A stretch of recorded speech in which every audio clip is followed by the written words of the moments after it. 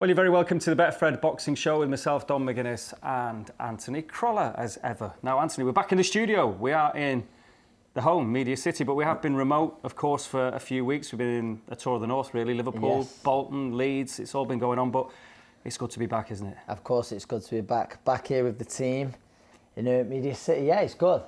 And one or two things to get through, I think it's fair to say. The big weekend that we've just witnessed, again, there's been a lot said, obviously, about Anthony Joshua and Alexander Usyk, but it's hard to add too much to it other than the fact that it was a masterclass by Usyk and all the belts, of course, that Joshua had held. And now with the man in Kiev, he's already back home and enjoying it all. But again, you've had time to kind of look at it again, look at the fight and consider everything and everything that went on. What are your thoughts now when you think back to it? I think you've just covered some of it then. It was an unbelievable performance. I think the question always was, is size going to be an issue? Me, myself, I felt it could be. But we always knew who the better boxing brain was with. I mean, you could put Usyk against pound for pound against any boxer in the world almost, and you come out on top on that side of things. But you wondered, whether the size, what happens when Joshua lands against Usyk. But I think what surprised so many people, or certainly surprised me, we always knew how good Usyk's feet was, but it was the lateral movement when he did hold his feet. He had a lot of success. He targeted the body early. And people would say, why didn't Joshua use his jab? Which he didn't, but it can be harder sometimes against a southpaw, and especially, a southpaw at heavyweight who's moving like a middleweight and he's making you fall short. You become hesitant to throw that jab. I thought it was a fantastic performance, and then for someone to come up from cruiserweight, I know he's had the 2 fights at heavyweight and put in a dominant performance like that, and it was a dominant performance. I know there's going to be talk about a rematch. Well, I think the rematch card has already been triggered, but it's sort of hard to see much different unless when Big AJ catches Usyk very early. It's hard to see a different outcome. Well, we'll get into that a little bit more in a second, but let's just hear from the man himself, because in the early hours at the Tottenham Hotspur Stadium, Anthony Joshua, he didn't just hide, he did face the press. This is what he had to say. Well done to the winner, and we'll be back again. Get back into training. Great 12 rounds. Great experience as well in the ring. And we progress from this point on once again. So we'll be doing it all again soon. Much better now. It's weird. It was bad at one stage. It was bad, then it's getting a lot better now. So it's all good.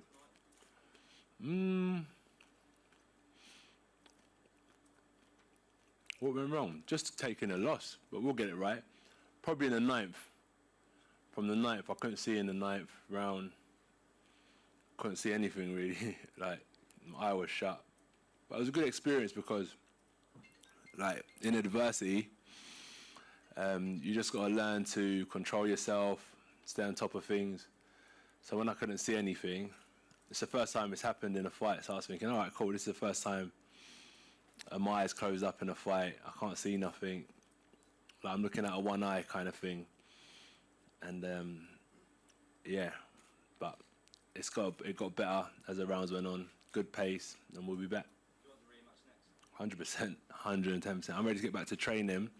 Because of the 12 rounds, my lungs and everything, it was a good 12-rounder, so I'll be in a good place when I get back into training to pick up where we left off. Well done on being a great champion. Huh? Well done on being a great champion. Oh, thank you, mate. I appreciate it. Thank you. Anthony, in terms of your eye, if it hadn't swollen up and you'd been able to see, what was your strategy in those last few rounds? Same. Continue the process. But when I couldn't see, I had, just continue the process. To be honest with you. You clearly rated Alexander, you said before. Are you surprised how good he was that night? With all due respect, not necessarily. He's just a lot lighter, so the pace, he got a good pace, but he still gets hit. He gets hit a lot. And in the rematch, you'll just learn how to hit him more and be more concussive with our punch selection. Well, Anthony Joshua there, after a couple of hours after he's got out of the ring there. I mean, what do you make of that? Because after the Ruiz defeat, he was very gracious and he didn't want to make any excuses. Yeah. This time he has said that the eye was certainly an issue and that he couldn't see. You know, it wasn't closed or anything like that. So, but you know, obviously you got to give Josh the benefit of the doubt. He's in there, we're not. But you've been in that situation. You've been in that situation where it's not been your night. You've been on the wrong end of defeat, if you like. When you look at that in a press conference, what do you think? Yeah, I mean, first of all, listen, you've got to admire him just, you know, a few hours after the fight, probably less. He's out there, he's talking to the press, he's not hiding.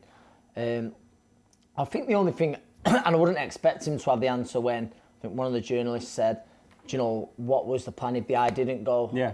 And Anthony Joshua said, you know, just continue the process. But what was the process? Because that wasn't working. That wasn't working. So I think that's a big thing. But I'm sure we'll get the answer to that. Him and his team will sit down and they'll look for the answer to see what the process was, because obviously that wasn't working, do you know, at the time.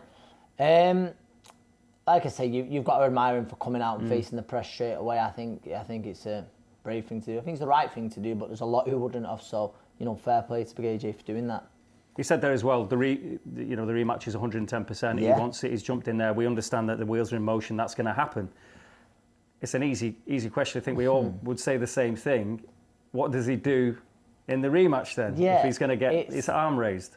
And we sort of touched on it earlier. I touched on it early on, you know, at the start of the show. It's hard to see any other outcome because of how dominant Usyk was. I think there's a lot of people talking about AJ's size. I think he's got to put it on Usyk more. In the corner's come under some criticism because there was more than one voice in there. So you'd think that plan, you know, what was the plan when that plan wasn't working? But again, it's easier said doing that because I know it personally, but I know there's a lot of fighters who prepared for a fight and just that plan is just not going the way you're seeing it going, and it's learning to adapt, and you're struggling to adapt because someone like Usyk is so versatile and he has an answer to everything you're doing. But listen, the fight will always say, let's say it was an amazing event. You know, the match room, how they put it on, it was an unbelievable event, not just because fans was back, it was something else in an amazing stadium. And the rematch will sell despite Usyk being a clear winner. It's just interesting now to see, one, when it's going to be, and two, where it's going to go. Do we see it back over in the UK, or do we see it in Saudi similar to the Ruiz rematch?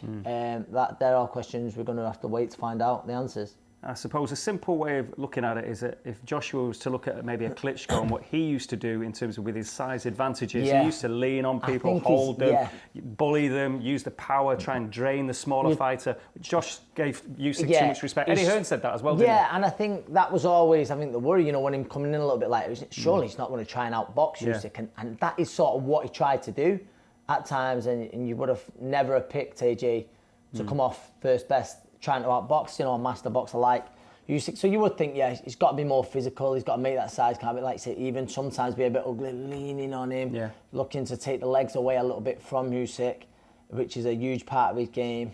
But again, it's easier said than done. As I said it before then, it wasn't just the feet. His lateral movement to Usyk was unbelievable. Yeah. Just a quick one that you made the point off air earlier about ring walks, and we overanalyze everything when something like this is happening. Everyone's looking at every single little thing. We wouldn't be talking about it if AJ was still champion. Of course. But remember after the Ruiz fight, everyone was saying he wasn't right, he didn't look right in the ring, nothing looked right with the ring walk. This time the ring walk, he was super relaxed. You made the point that he was fist bumping and all the rest of it. And again, are we overanalyzing basically? Possibly. Was he enjoying it a little bit too much? It was like, almost like, you know, WWE thing, like he's taking all the fans in. And it was amazing, and I think the Rocky soundtrack coming on was unbelievable. So it's probably very easy not to get carried away with it. But if AJ felt right at the time, nice and relaxed like that, then that was the right thing for him to do. It didn't make a difference, but he was doing that out of nerves, pretending he wasn't nervous. Then there's questions, but only AJ knows the answer to that. It was an amazing show, and listen, it's always great to see fighters interacting with the fans. So. Again, maybe we wouldn't be talking about that whatsoever if AJ went out there and done the job. That's definitely the case. But one thing that we do know now, is Alexander Usyk has answered any questions about the step up to heavyweight. He had the fight with Witherspoon, which was never going to be brilliant in a way because he's just stepping into it. Then he had the fight with Derek Chisora. We know what Derek brings, and he was wary of Derek, but he completely weathered that storm, if you like. But also he knew that it was a step up against Joshua, and I think he's a big game player, isn't he? Let's face it. With what he's done in his amateur career and pro career, he's going to get better the better the opposition. He is, and he's always stepped up. Like, you look at some people didn't fancy him in the cruiserweight final of the World Boxing Super Series against Gassiev. He put on a masterclass. Yeah. And again, with Chisora, for me, I love Big Derek, but it was a much more clearer winner than what was made out, in my opinion. Yeah. He handled the pressure well. But then, so people looked into that and thought, well, Chisora nearly beat Usyk, so Big AJ can do it. And I was saying all the time, Chisora's got an unbelievable engine for an heavyweight. AJ hasn't got. He has much better qualities in certain things than Derek, but the engine that a fit and focused out Chisora's got as good an engine as anyone in the heavyweight division, if not anyone. So that was always going to be different. AJ wasn't going to be able to bring that same intensity. So styles make fights, don't they? Styles make fights, but Usyk yet again found an answer, and you've got to put him out. I said it on social media. He's a once in a lifetime fight. You can't, win Olympic games like he has, clear up at a cruiserweight division, go up in heavyweight and put a dominant performance like that against, a well-respected champion. Unbelievable fighter. He is indeed, and again, you were on a good run prior to this one in terms of picking winners, but you got it absolutely, completely wrong, Anthony, anyway. So, but we won't dwell on that. But it's Usyk's night, and somebody that got it absolutely right in terms of predictions and everything else was Usyk's promoter, Alexander Krassyuk, who again said what they'd envisaged as the team was he had his arm raised at the end, and that's all that they absolutely knew. Now, producer Josh, I think Alex is now producer Josh's best mate because they're in touch constantly, and he did catch up with the man himself back in Kiev. Joined here by Alexander Krassyuk, the promoter of Oleksandr Usyk, and you've still got that smile from Saturday night, Alex. What a performance from Usyk on Saturday night at the Tottenham Hotspur Stadium. Hi, Josh. What's up? Yeah, a good one. I really enjoyed that night, not just because my fighter won, but because of the real atmosphere, the unbelievable atmosphere on the stadium. That was something unbelievable. No, definitely. And spoke to you a couple of times before the fight, and you were very confident. The whole team was confident, and it went the way you guys would go. You planned. I mean, what was the atmosphere and in the team afterwards? Yeah, it was like everyone was happy that the assignment was completed. Actually, Usyk made it happen. He was stuck to the plan that his corner prepared for him. He kept it simple. He told himself when he first time tried to push hard on AJ, when he hit probably in the third round, when he landed a good punch to the chin, he started to force things. But his trainer said, just cool down, go back to the plan and do what you have to do. So it went the distance, actually. No, definitely. And watching it on the TV or people in the stadium, a lot of people have said how easy Usyk made it look against Anthony Joshua. Were you surprised by Anthony Joshua and how easy Usyk did make it? Well, I wasn't surprised, as we anticipated that it's gonna be. Well, I can't say it's easy, but it looked simple.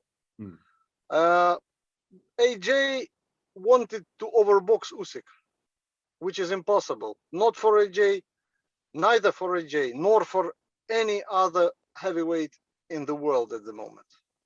No, definitely. And in terms of, there's a talk of a rematch. Do you think that is the fight that will happen next? Do you think AJ and Eddie will enforce that rematch to happen to be Usyk's next fight?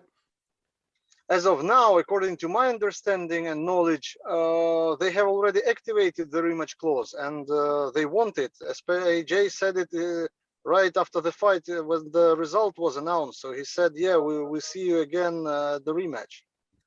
And will that rematch, be taking place in England again, or could it be taking place somewhere else? there's no idea about that because it's still a long way to go. We need to consider all the offers. We are limited only to planet Earth.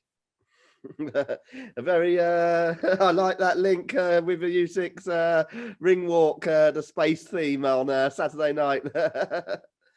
That was a good one. Yeah. It was very good. And in terms of what Usyk has achieved as well, he's only the third person to win world titles at cruiserweight and heavyweight. The other two, David Haye and Evander Holyfield. What is it like to be part of that history? But at the moment, he is the one to complete it in the shortest period. So he did it just within 15, 16 fights. I even just cannot recall. 17. I don't remember for sure. But it is what it is. He is just making history. No, definitely, and it's a joy to watch that history being made as well. And I think something I mentioned to you before, and he's obviously won a gold medal at the Olympics in London.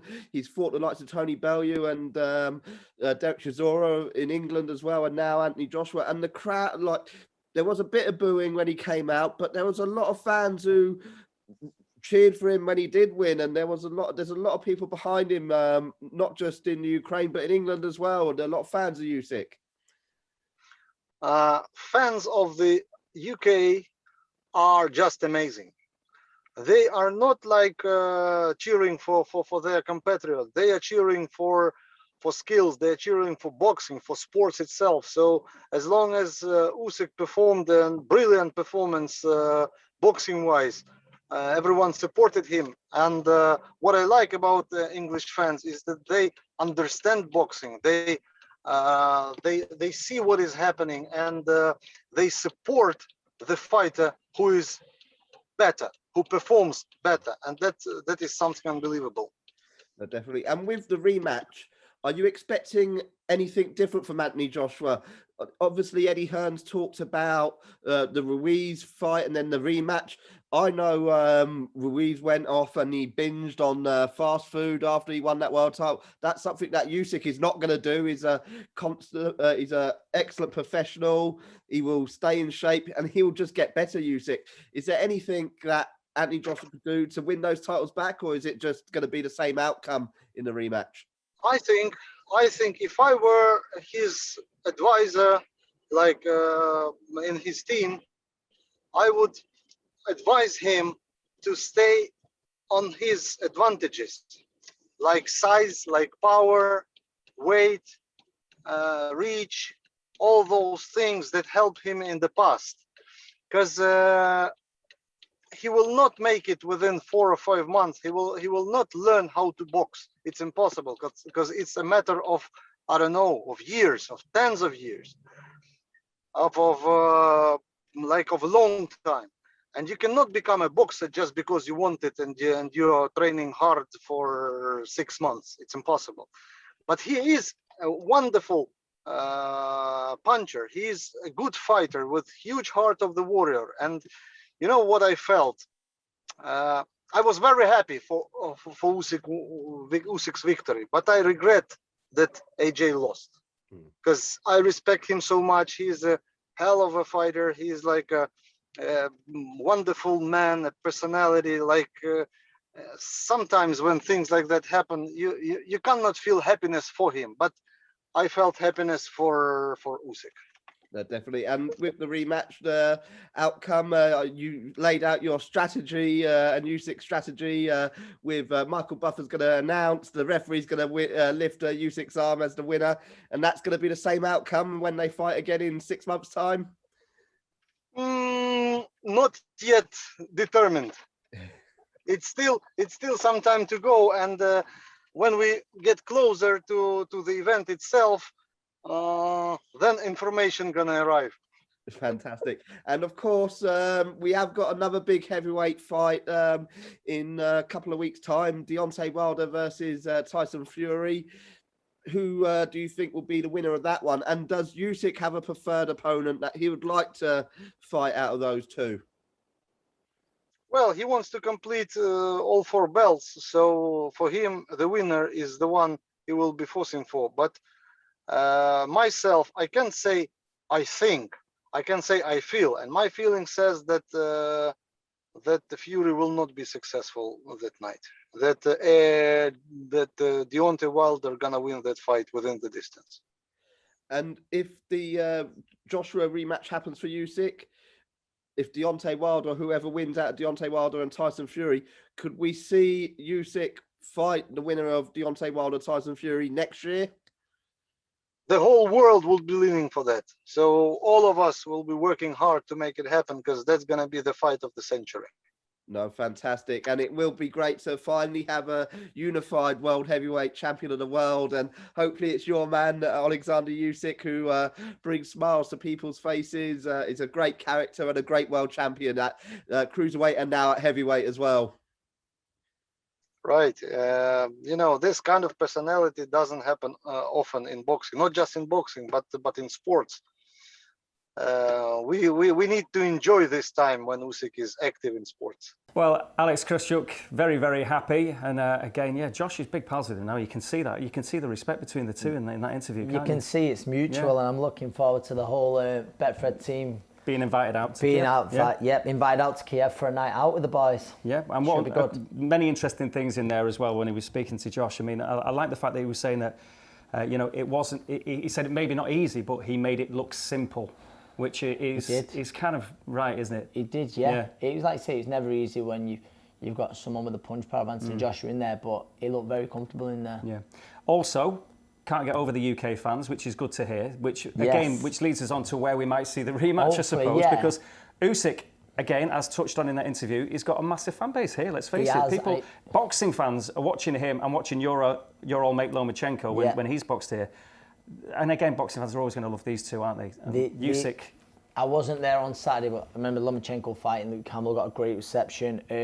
Usyk, I remember in Manchester, although it was 95% Tony Bellew, there was still the hardcore there, for Usyk. That's only grew and grew. And again, on Saturday, obviously, there's a huge crowd for Joshua, but the Usyk did have his fans there, and it'll only grow. He's a great character. He's a great character. You've got to remember, he's not an English-speaking, Ukrainian, so that doesn't help, but he's still managing to, that crossover. So look at the press conference, come just as a Joker. He's just, you can't help but not like him. Yeah, I tell you, and I mean, we're looking too far ahead, but obviously, you could imagine if him or Fury fought the fun games in the lead up to that. Who's going to be the biggest superhero? I know, it's just going to be absolutely crazy. But anyway, we look forward to that. And the rematch, again, we don't know where. It could be, where would you fancy? I mean, part of the Betfred team, obviously, we're going to be going there. Yes. Because now, with the connection with Kiev. We're looked after, that's it. We're looked after, thanks to Josh here. Yeah. But bar a restraining order. Yes, yes. The UK, like I say, it's great they mentioned about the UK fight fans, and it'd be great to see it over here again. Whether we do, whether there's a lot of money that gets put up to go over to Saudi, we will see. Yeah. Now, of course, it wasn't just about the main event. There were plenty of other fights on the card as well. I think one of the key fights, of course, in terms of Akoli, the world champion, going in there against Prasovic, he did the business, showed his heavy hands again. He looked well, improving all the time under Shane McGuigan. You think, when's the jump going to come up to heavyweight? It will come, but they're saying now we've got business to take care of there with Bradis. And I just hope we get to see that sooner rather than later, because that's a fight they really fancy. Yeah, that's a belting fight. But I mean, you've seen the template for stepping up from cruiser to heavyweight, haven't we? Yes. Not everyone does it, but a man done it very well. But he's massive anyway, isn't he? His dimensions are already the same as Deontay Wilder, aren't they? Yes. For argument's sake, and you forget, Akoli's got that much improvement in him. Similar to Joshua, he's still really inexperienced. He went to the Olympics after 20-odd fights, like ridiculous. Yeah. He's got a great story, but it's very hard. Got the size to go up to heavyweight, the frame for sure. I'm interested to see that. Like I said, I'd love to see him and Bradis before he steps up to the heavyweight division, or one of them does. Yeah. Talking of inexperience, because also on the card is a young fella still finding his feet. He was high up the card. There's been lots of chat about all those thousands and thousands of people in the stadium watching his very early journey in the pro game. But Campbell Hatton was up against Sonny Martinez from Spain via South America. But it was a tough night for Campbell. I know we got the nod, lots of chat about it, but his game has become, isn't he? He's very brave. But I mean, how did you read the whole thing? It's so hard for Campbell. I always feel sorry for him in the sense that the amount of pressure that's on him, and you've got to look at people go, And I know, mates of mine, and I get it where they go. No, he needs to go. So, there's that many shows in the Northwest. Steve Wood, Kieran Fowler putting on shows. But you've got to remember as well, professional boxing is a business.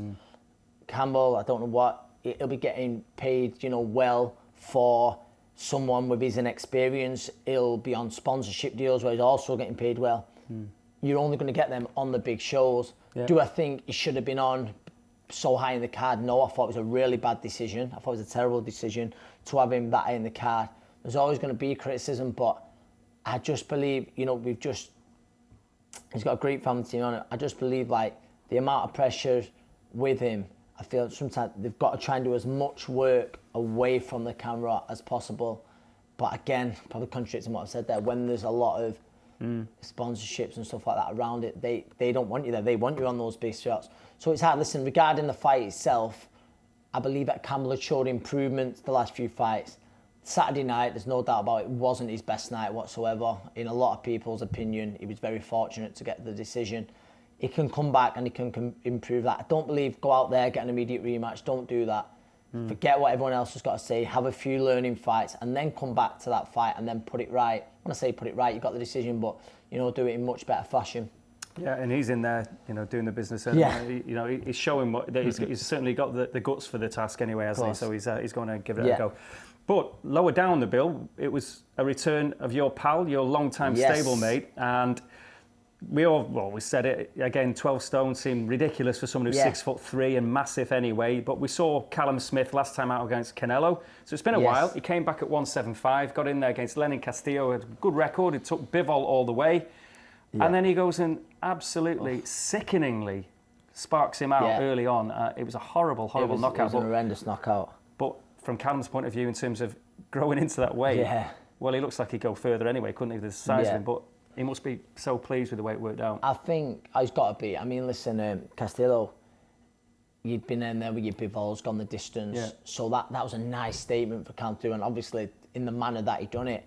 But I think the most pleasing for me was Callum looked very powerful again, which we've not saw in his last few fights. And listen, I'm not suggesting Castillo is near the class of Canelo, but I knew being up there and up close in the corner that Callum he'd lost the zip. Now when you look at it, he lost it for the Ryder fight. But it's hard, when you're getting offered that Canelo fight, life-changing money, to not hang around and not think, I can do the weight okay. But for a long time, he's always been a really big super middleweight, but he made it well, he genuinely made it well. But then the last sort of year or so, it got much harder. And it took out of his performance, which we certainly seen last time out. But I think the most pleasing thing against Castillo, it looked powerful again. Even before knockout year hurt Castillo to the body. And I think there's been a few contenders for knockout of the year, but that's certainly one of them. Well, let's hear from the man himself. This was Callum after the fight. Obviously, we didn't get to see much replay. I've just seen a little one in there, but it was a good short right hand, good shot. I was happy with everything, to be honest with you, apart from the first 30 seconds. I took a few jabs, but once I settled down, I felt good, I felt strong, and I'm happy with the result, I'm happy with the performance, and we move forward. Definitely, even just all week in the changing room beforehand, I felt good, I felt strong. I said all along, I believe the weight will suit me, and I think the performance has showed that. Yeah, no, that's never nice to see, to be honest with you, regardless, and especially when it's you involved in it. It's a sport at the end of the day, and I always just hope me and my opponent leave the ring safe, and I mean, he's responsive, so fingers crossed everyone's okay. But no, it's never nice to see. Obviously, I wanted to win, but you never kind of want to win that way. Yeah, I don't know. We'll sit down with the team. We've got a very good team behind me. They'll decide the next move, and we'll keep moving forward. I've made it known what I want. I want to become a world champion of this weight division. That's why I'm here. I'm not here to just move into a division and be in a good few fights. I want to be a champion, and that was the first step towards that, and hopefully we can move another step closer. Well, happily, Castillo first and foremost is safe and well back home now anyway, and that was the main thing, because it did look awful as well. And Callum always does the right thing, doesn't he? Says the right thing, and he means that, doesn't he? He's in it for a sport. No, he does. Genuinely. He's never had any beef with anybody, has he? No, Callum genuinely, you couldn't meet a nicer lad in the sport, and that he would have genuinely been concerned. So it was good a bit later on in the night. They heard, in the hospital, but he'd come back to the hotel. I'm not sure, a bit late on, and that was then he could celebrate the victory then. He's some addition to that light heavyweight scene, even just domestically. Forget about everything else. Domestically, honestly, unbelievable division. You know, like you mention it there domestically. There's a lot of final eliminators that can. Well, there is one with Lyndon R. Franson. He had the rematch. I'm hearing he's done for December. But yeah, obviously in that stable, there's him and Joshua Buatsi that are going to get linked. Obviously, there's two lads in the gym who I'm in the gym with, CJ, Callum Johnson, and Jose Burton, Dan Aziz fight for the British title. That's another great fight. It's there's some have missed out there. Obviously, Craig Richard, who pushed Bivol. It's a great division. That'll be interesting, won't it? CJ against Callum. It'll never happen. Never happen. They've trained too long together, haven't they? Yes. Surely. It'll They never, sparred too many ever rounds happen. and all the rest of it. God. But anyway, yeah, good to see Callum Smith back looking very, very good in that new division. But of course, this weekend there is a new show as well. Again, Yes. Sky Boxing. I know, obviously, the Joshua fight was on Sky. It was box office, but Sky in its new form now with boxer Ben Shalom, the young promoter, who's heading that up. And again, they've got their first one. So it's a big deal for Sky this weekend. They've got Chris Eubank Jr., who's kind of the flagship name at the moment. Yeah. He's had a change of opponent. It was Sven Elbeer. That wasn't exciting too many, in fairness. But now Anatoly Muratov is stepping in because Elbeer, I think, through COVID-related reasons, can't come. What do you make of it and the lineup and what do you expect this weekend? Listen, I think the actual show, I think it's a good first show. More probably for the undercard and listen through no fault of their own with Eubank Jr. opponents. Fall through and you've got to accept it. It is what it is, especially in the times with COVID. You know, shows are going to get hit. I know in the small hall how so many fights have fell through. So thankfully they've got him an opponent. They've got him back out. Eubank Jr. now you think he's got to make a serious assault on, you know, on a world title. It's he's in his 30s. That's what I mean. Yeah, they forget that, and that's sort of how now it's done. And he obviously I know he's had it twice with Billy Joe Saunders and Groves. Saunders very early on in his career is improved since then, but now it's coming to the thing of no, you've got to make a move now in a red hot division. But listen, it's good to see him back out. I think on the undercard we've also got David Avanesian versus Liam Taylor, which I'm really looking forward to. It's sad because Liam, he's a local lad, and I'm a big fan of the boxing board, but it's scandalous how he wasn't given a British title shot. It was like ridiculous. But he took the European title shot against a very fair champion, David Avanesian. We seen him just a week ago in Sheffield, didn't we? And he looks in fantastic shape. He looks so very big. solid, and I think how impressive he was against Josh Kelly. There weren't too many people queuing up to fight David Avanesian, so fair play. And I've seen him in the flesh, as you say, last week in Sheffield. He's a frightening looking fella, really. He's great. I've knew David for years when we used to do strength work together over in Wigan, but he's a good fighter. He's in the form of his career. And then Big Richard Riakpor's back. So, like you say, there's a few good fights on the card. It's just obviously it's disappointing the main event isn't, you know, one that everyone's going to be up for. But it's always good to see Eubank Jr. back. You've got to remember he's had a tough. He's had a terrible time, hasn't he? With his brother's family. God bless. Recently, but it's good to see him back. He's a good character, no doubt about it. He is. He splits a bit. He's Marmite, but he's a great character. He is. And like I said, there's going to be a lot of people tuning in just for the sole facts, and a lot of casuals who are watching thinking, no, Eubank Jr. is fighting. So, good views. Avanesian and Taylor, though, just another quick word, because obviously Liam Taylor trains under the guidance of Steve Mailer, the finest gym in Manchester, and it's a gym that goes under the radar a lot. It does. It's a gym that produced Terry Flanagan, Steve, from kids, the pair of them as kids. That's a brilliant all the story. way through. Fantastic story. And Liam was a really top, good pro, isn't he? Yes, he is, and it's like he might make it interesting. Certainly, he really could do. And, he looks in great shape. One thing about Steve Mailer is they always come with a plan, and they're always in fantastic shape. Listen, there's no denying, and he's got a big ask. It'd be a huge upset if he'd done it, but now he's jumped at the opportunity, which says a lot about Liam to jump at this opportunity when there wouldn't have been many who did do that with David Avanesian, and he genuinely believes he can win it. It's not like, opportunity of a European title or fight for it. No, he's going in there and believes he can do it. Obviously, David Avanesian, Carl Greaves, who've seen that they're very confident now. They win, not overlooking Liam because they respect him and his team. His manager Neil Marshall has been vocal on social media saying, he's a proper fighting man. It's listen, it's just good to see David Avanesian back, and also great to see Liam Taylor getting a deserved shot at a proper title. Yeah, it could be a top fight, that. Right, as we edge closer to the end here now, Anthony.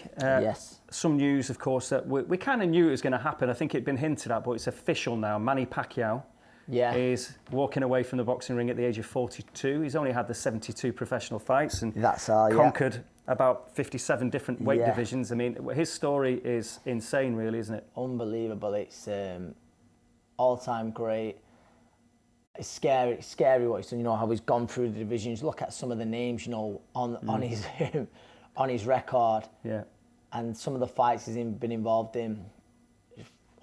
Unluckily, we saw him and Floyd Mayweather years too late. Yeah. But there's some unbelievable fighters on his career. I think, you know, if asked for an highlight, I think the performance that stands out the most to me was the night he beat Miguel Cotto. He looked an absolute monster in there against an unbelievable fighter. There was the Marquez fights, which was obviously didn't end well for him in the last one, but it was a great series, though, wasn't it? Yeah, unbelievable. But there's so many, the Morales ones, and just an unbelievable fighter and what he's done for his country. And I'm glad he's calling it a day now. I'm glad he's calling it a day. 42. Ugas, who he lost to last time, great fighter. But, you know, you could see that isn't the Manny of recent times, but unbelievable fighter. I remember, obviously, the Ricky Hatton fight, which wasn't good for Ricky, but it was a brilliant statement from Pacquiao's point of view. But I remember watching Ricky look over some old footage of that fight, and when Pacquiao was... Because it just reminded me, when you talk about Joshua relaxing, fist pumping, Pacquiao, his ring walks, it looked like he was going dancing. Yeah, I mean, he was pretty much raving all the way to the ring. You know, after his fights, did not used to have some kind of concert or karaoke. I don't really think he was the best singer, but obviously he wouldn't tell him that. Yeah, he used to, but he used to do that. But I remember Ricky saying, look at him walking, doing the ring walk. All this, he said, it's like me going the chippy. Yeah, that's, I can imagine, you know, that's what he was like. He was just happy to be there. Unbelievable, just loved performing, didn't he? And that's what he done. Like I said, you go right, it's just scary to think of the way he went through the divisions and how he burst onto the scene. And not just that, the relationship that him and Freddie Roach had throughout is one of the best in recent times of, you know, boxer-trainer relationship. When you think, though, of global stars, and if you think of UK stars, and again, Joshua's been is still a star in this country. If you think of other big stars, like Emma Raducanu is going to be a big star. If you think of David Beckham was a huge star, you know, again, Manny there's been... Pacquiao's right up there. Well, you think of what he's done in his country and the diaspora around the world whenever he fights, the whole thing comes to a standstill. One of my favourite things, that was it, when he bought, I think the crime rate went down to zero, well, literally 0%. Yeah. It was just an icon over there. But the crazy thing is, he's kind of risking all that, isn't he, by trying to be the president of his country, which that could turn his legacy if things don't go well. I mean, it just shows, I suppose, what it's all about. He's willing to fight again. You wouldn't rule him out. Doing a great job, but you'd think, go and enjoy it now. You've had an unbelievable career. You've entertained millions for years. Go and enjoy it. But no, he wants to do good by his country. So we'll see how that goes. Yeah, some incredible story. Manny Pacquiao, 72 fights, did everything. Won every kind of belt, from flyweight to super welterweight. Scary. Will that ever be seen again? No. We won about one in a lifetime fighters there. I think we talked about that. That's right. That's unbelievable. Unbelievable. It is indeed. Right, we'll wrap it up this weekend, Anthony. What have you got on? I mean, I know you've not been the same since Love Island ended, but how are you feeling? Slowly getting there, but probably I'm going to get my fix, because at the arena there's a bit of a show. There's a bit of a celebrity boxing show. A few former Love Island contestants in it. So that should be good. Excellent. You know, rubbing shoulders with the stars. Yeah. A girl I've been helping out, actually, Leanne Brown, Cheshire, one of the housewives of Cheshire. She's fighting another housewife of Cheshire. Wes Brown's at the arena. missus. Wes Brown's missus, she's putting the work, so I'm looking forward to that. I'm looking forward to seeing it, putting it all into action. Is Bez out the Happy Mondays in there as well? Bez, yes. The proud Mancunian Bez, and Clayton Blackmore, the former Red, they're going at it. Tom Zanetta, he's on. Yeah, whatever. It's going to be a great night. I'm sure you'll have a great night, Anthony. That's fantastic. And what about your own fighters and everything else? It's hot. You've got next week. That's next week, obviously. We're going to look forward to that. We'll preview that massively next week, of course. We've got the huge Liverpool show, and you've got 2 fighters on that. Yeah, I've got Rhiannon Dixon on that night, a young girl, and Tasha Jonas, who obviously with Joe, I'll assist, but Joe's not there that night because he's with Callum Johnson in Birmingham, so I'm busy with both girls that night, doing both corners, doing the corners for both of them. That's gonna be a cracker, that Fowler Smith. Cannot wait. That's a belter next week, and we'll bring you all that, of course, all the action next week from Liverpool as well. But this, back in Salford. It's good to be home. Good to be home. Thank you for watching the Betfred Boxing Show.